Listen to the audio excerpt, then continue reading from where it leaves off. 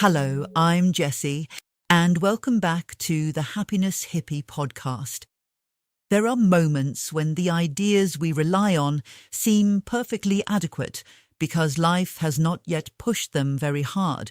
We believe the body will recover, effort will produce results, relationships will remain recognizable, and tomorrow will resemble today closely enough for us to plan around it. Then, illness, loss, disappointment, or some other crisis interrupts that confidence. The essay we are exploring today, Faith versus Belief, What Remains When Certainty Runs Out, looks at what happens when explanation is no longer enough. I am joined by the author whose essay we are exploring today. What struck me immediately is that this is not an argument against reason or belief, and it is not presenting faith as religious certainty. It is about the point where the mind has gathered the facts, taken the sensible actions, and still cannot guarantee what happens next. At that point, continuing to live requires something more than explanation.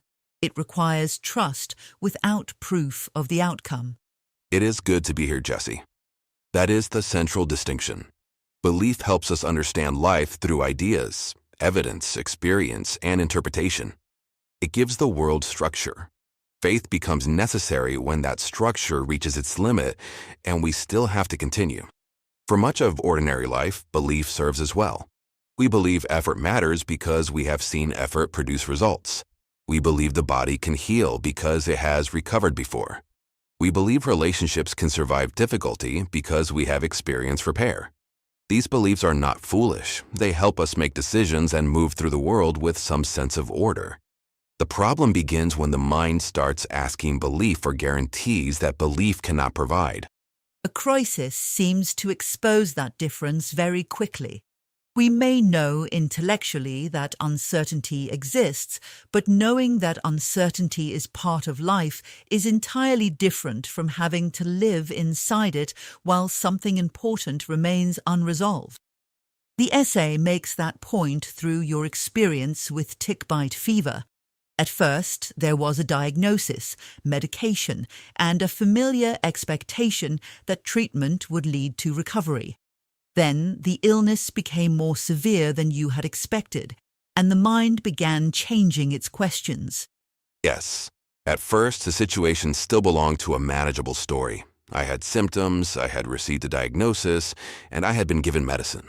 The reasonable expectation was that treatment would work and recovery would follow. That allowed belief to remain intact because the sequence made sense. Then the headaches became severe, the shivering kept returning, and time began to stretch in the way it does when the body is in distress. The mind started with reasonable questions. Was the diagnosis correct? Was the medicine working? Should I be improving by now?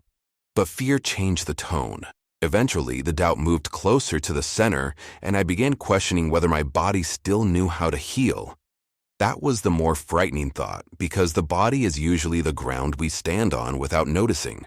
When that ground feels uncertain, everything becomes harder to hold. A headache is no longer simply a headache. A shiver becomes evidence. Every sensation seems to carry information about whether things are improving or becoming worse. Illness can make the familiar body feel foreign. The mind starts observing every sensation as though it were a report from somewhere dangerous.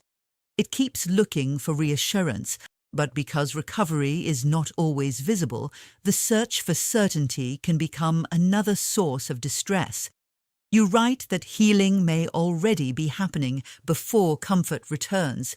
That seems medically ordinary, but emotionally it is difficult to accept because the mind wants proof it can feel. Precisely. What I wanted was a visible sign that recovery had begun. I wanted the suffering to explain itself or provide a timetable. But the body does not always report its progress in a form the mind can recognize. Healing can be underway while the person still feels terrible. Eventually, I had to admit that I had done what could reasonably be done. I had sought medical help, received a diagnosis, taken the medication, and followed the advice. The remaining process was happening beyond my sight and beyond my control. I did not need to understand every biological process before I could allow myself to trust that recovery remained possible. That recognition did not remove the symptoms. It changed my relationship to it. Belief had brought me to the edge of what I could know. Faith had to carry me through what I could not yet prove. That is an important distinction because faith is often described as stronger belief. People speak as though faith means becoming completely certain, defeating doubt, or convincing yourself that the preferred outcome will occur. Your essay rejects that definition. You describe faith as the capacity to remain oriented towards life while certainty is absent. That means faith and doubt are not necessarily enemies. They are not. Faith does not require the mind to pretend to know what it does not know. It does not erase fear, and it does not guarantee the outcome we want. If anything, faith becomes meaningful precisely because certainty isn't available. Doubt is often treated as failure, especially in religious settings. People may feel guilty when beliefs begin to shake because they assume genuine faith should make them immune to uncertainty. But doubt may simply mean that we have reached the edge of an old explanation. It can be a sign that we are becoming more honest about what we do not know. Faith that has never been questioned may be habit, inheritance, or confidence produced by favorable circumstances. Faith that remains after fear has done its questioning is usually less polished. It may not sound impressive, but it is more durable because it no longer depends on life being easy to explain. During the illness, you say faith was not a grand feeling. It did not arrive as certainty or confidence. It appeared in much smaller choices, such as not believing every fearful thought, allowing yourself to rest, and trusting without the satisfaction of proof. That makes faith sound less like an emotion and more like a way of responding. I think that is exactly what it is. Feelings may accompany faith, but faith cannot depend on maintaining a particular feeling. During a crisis, confidence may come and go. Fear may remain present. The mind may continue producing alarming possibilities. Faith was a decision to not treat every fearful thought as a reliable description of reality.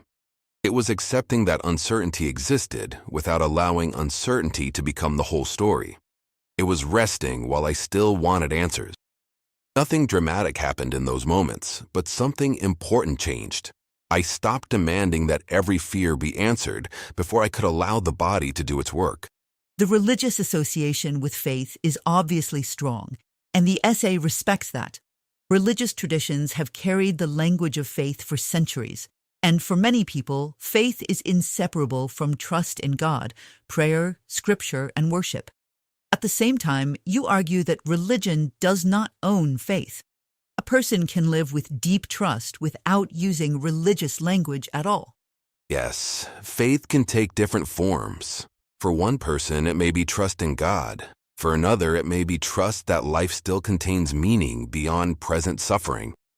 For someone else, it may be confidence that healing, truth, love, or a worthwhile future remains possible even when the mind cannot explain how. The vocabulary matters less than the way the trust is lived. Someone may leave the religion they inherited and still possess profound faith. Another person may remain inside a religious tradition while discovering that inherited belief is not the same as personal trust. Faith is lived before it is defined. Its presence is revealed in how a person meets uncertainty, pain, and change. That also connects with your discussion of beliefs that need examination. Belief gives structure, but certainty can become dangerous when a belief is accepted simply because it is old, familiar, or supported by an institution. You use slavery as an obvious example. Its defenders often held their beliefs with enormous confidence, but conviction did not make those beliefs morally true. That history should make all of us more humble about certainty. People have used sincere belief to defend cruelty, exclusion, domination, and injustice. The strength of a conviction tells us how firmly someone holds it. It does not tell us whether the conviction is true or humane. We inherit beliefs about religion, family, success, morality, love, illness, gender, loyalty, and our own worth. Some of those beliefs may guide us well. Others may distort how we understand ourselves or justify harm toward others. A belief deserves respect, but not blind obedience. Questioning does not require contempt for everything that shaped us. It means allowing belief to remain answerable to conscience, compassion, reason, and lived experience. When a belief prevents us from seeing reality or recognizing harm, loyalty to that belief becomes avoidance rather than integrity. What I find interesting is that faith can make that examination possible. Without faith, changing a long-held belief can feel like losing the ground beneath you. If the belief has provided identity, community, and explanation, questioning it may feel like stepping into emptiness. Your essay suggests that perhaps the belief was never the deepest ground. The deeper ground was the ability to continue seeking what is real. I agree totally. That is where faith becomes larger than certainty. Belief says, this structure explains reality. Faith says, truth may be larger than the structure I have used to hold it. That does not mean abandoning evidence or believing whatever feels comforting. It means trusting that honesty is worth pursuing even when it unsettles us. A belief may break because life has exposed its limits. That breaking can feel like failure, but it can also be the beginning of a more truthful relationship with reality. This is why I find a distinction between mind and soul useful, provided we don't turn them into enemies. The mind has necessary work to do. It gathers evidence, asks questions, notices contradictions, seeks medical care, and protects us from foolishness. During illness, I needed diagnosis and medicine. Faith was not a substitute for either. The problem came after the mind had done what it could and continued circling because it wanted certainty from a situation that could not provide it. That feels familiar far beyond illness. We do it while waiting for test results, watching a relationship change, dealing with financial uncertainty, grieving someone, or wondering if a decision will work. Thinking begins as problem-solving, but eventually becomes an attempt to control what cannot yet be controlled. Exactly, Jesse. The mind may keep repeating the same questions because repetition creates the sensation of effort. We feel as though we are doing something, even when the thinking no longer produces useful action. Faith allows the mind to stop demanding an answer that is not available. That may be one of its most practical gifts. Faith changes how we inhabit what cannot yet be resolved. It may not calm us completely. It may only create enough room to breathe, enough trust to rest, or enough steadiness to take the next necessary action. Sometimes that is all we need. That brings us to Martin Luther King Jr.'s line, "Faith is taking the first step even when you don't see the whole staircase." The power of that image is that it does not pretend the staircase has suddenly become visible. Faith is movement while uncertainty remains. Most of us would prefer to see the entire route. We want proof of recovery before enduring treatment. We want certainty about the relationship before risking honesty. We want reassurance about the future before making the decision. Life rarely offers that arrangement. Usually, we receive only the next step. In illness, the next step may be taking the medicine, drinking water, resting, or contacting the doctor again if symptoms change. In grief, it may be getting through one morning without demanding that the whole future make sense. In a crisis of belief, the next step may be allowing uncertainty to exist without forcing it into a false answer. That may not look spiritual from the outside. Much of faith is lived in ordinary moments where no one else sees the decision being made. It appears when a person continues to care, continues to seek truth, or continues to take responsible action even though the outcome is hidden. I think that is what gives the essay its weight.